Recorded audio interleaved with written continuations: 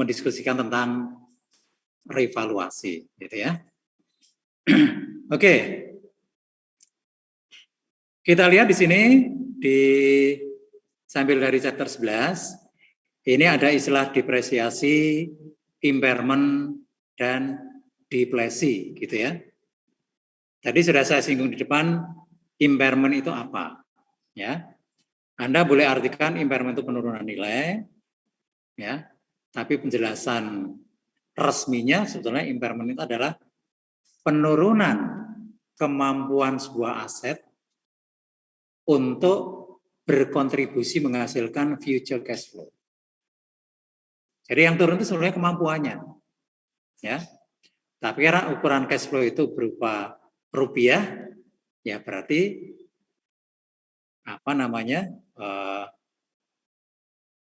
penurunan kemampuan dimaknai juga penurunan nilai. Jadi sekarang ini kita mengakui penurunan nilai untuk aset tetap itu dua, satu karena dipakai, ya namanya penyusutan atau depresiasi. Yang kedua adalah impairment. Nah kemudian ada lagi perbedaannya. Kalau depresiasi itu tidak bisa dipulihkan. Tapi kalau impairment nanti bisa dipulihkan, gitu loh. Bisa dipulihkan.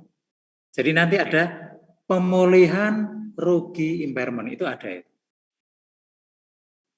Nah, ini menarik sekali, hal yang baru, dan saya sedang ingin melakukan riset tentang impairment ini. Ya. Karena ini kan berpotensi untuk terjadinya manajemen laba. Ya.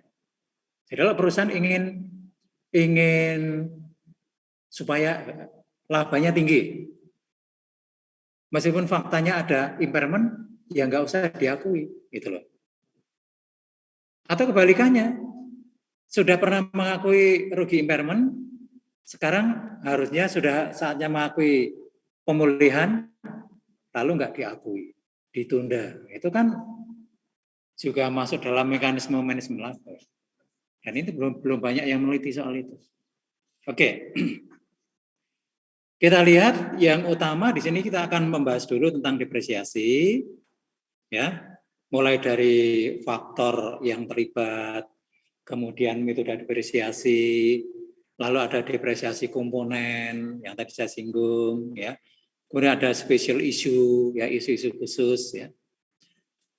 Nah, kemudian nanti ada impairment. Kalau depresi itu adalah penyusutan untuk aset sumber alam. Nanti akan kita bahas di belakang. Revaluasi juga nanti akan kita bahas tersendiri, ya. Oke, sekarang kita mulai dari review. Saya katakan review karena ini bukan hal yang baru bagi saudara. Pengertian depresiasi. Nah ini kalau pengertian ini saya hanya ingin kalau Anda sudah di jalan yang benar, saya ingin memantapkan itu. Kalau Anda masih belak-belok, ya kadang-kadang di track yang benar, kadang-kadang geser dikit itu. Nah ini juga dalam rangka untuk meluruskan, ya. Oke, depresiasi adalah proses akuntansi, nggak pakai akuntansi juga boleh ya, yaitu proses mengalokasikan cost aset berwujud, yang punya wujud fisik, gedung, kendaraan, gitu ya. Alokasi itu artinya apa? Mengalokasi itu artinya apa? Bahasa simpelnya, membagi. Ya, jadi membagi cost harga perolehan aset dibagi-bagi. Dibagi kepada siapa? Kepada periode yang menikmatinya. Gitu loh. Kalau ini menikmati sekian dikasih, tapi ini nanti akan kita perlakukan sebagai beban. Namanya beban depresiasi.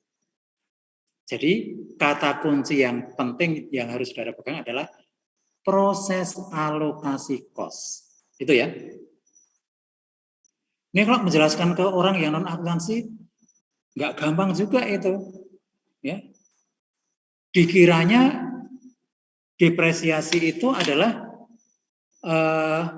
nabung untuk membeli aset lagi nanti ketika umur asetnya sudah habis gitu loh.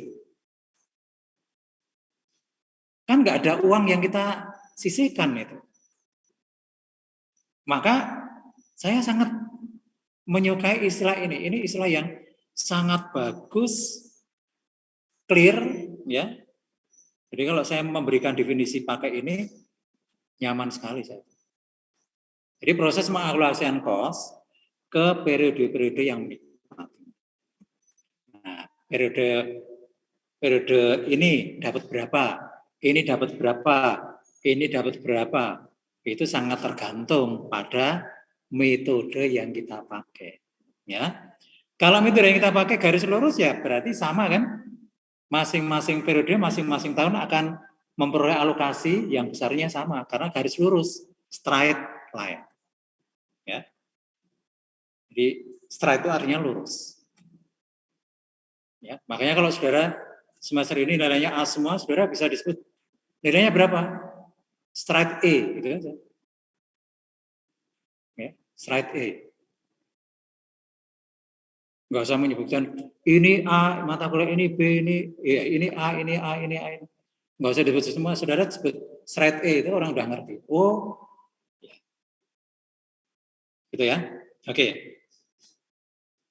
Nah, proses alokasinya itu dilakukan secara sistematis dan rasional. Rasional artinya masuk akal. Ya. Ke periode yang diharapkan memperoleh manfaat atau benefit dari penggunaan aset tersebut. Oke. Ini definisi panjang definisi yang versi panjangnya seperti ini ya. Tapi intinya saudara sudah paham bahwa depresiasi itu adalah proses pembagian cost aset ke periode-periode yang menikmati aset. Clear ya? Nah, saya harapkan itu saudara ingat-ingat terus ya. Kalau itu saudara pahami kan saudara juga mengingatnya gampang sekali. Menjelaskan ke orang lain ya gampang sekali.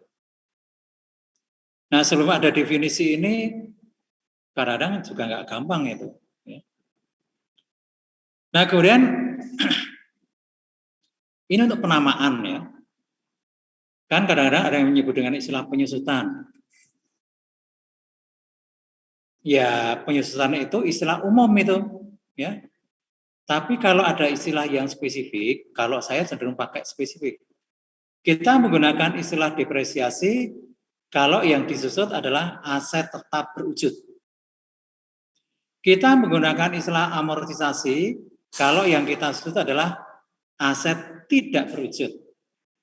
Kita menggunakan istilah deflasi kalau yang kita susut adalah aset sumber alam. Nah, ini sudah ada namanya sendiri-sendiri. Tapi lagi-lagi, ya kadang-kadang saya bingung juga ini. Saya membaca buku teori akuntansi terbaru. Nah, itu buku teori akuntansi itu buku yang memang digunakan secara luas. Di program-program S2, S3 itu hampir semuanya pakai itu. Ya, karangannya Scott itu.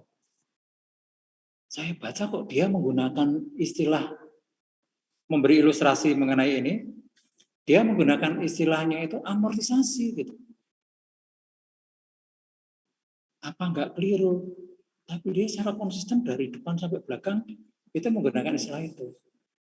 Ya sudah, saya kalau seperti itu tidak menyalahkan dia, ya. Pasti ada pertimbangan tersendiri, ya. Meskipun sampai sekarang saya belum tahu kenapa istilah yang dipakai adalah amortisasi, ya. Nah, sehingga saya juga harus selalu mencari tahu mengapa istilah itu dipakai. Ya, nggak nyaman juga karena yang sudah establish kan istilah ini yang dipakai, ya kan? Hampir sama dengan ketika kita awal-awal menggunakan istilah penghasilan gitu ya. Kita kan dulu konsep kita kalau pendapatan itu letaknya paling atas, penghasilan paling bawah, itu di laporan laba rugi gitu ya. Tapi kalau istilah penghasilan kan memang itu digunakan secara resmi oleh standar akuntansi. Jadi untuk menerimanya itu tidak terlalu susah.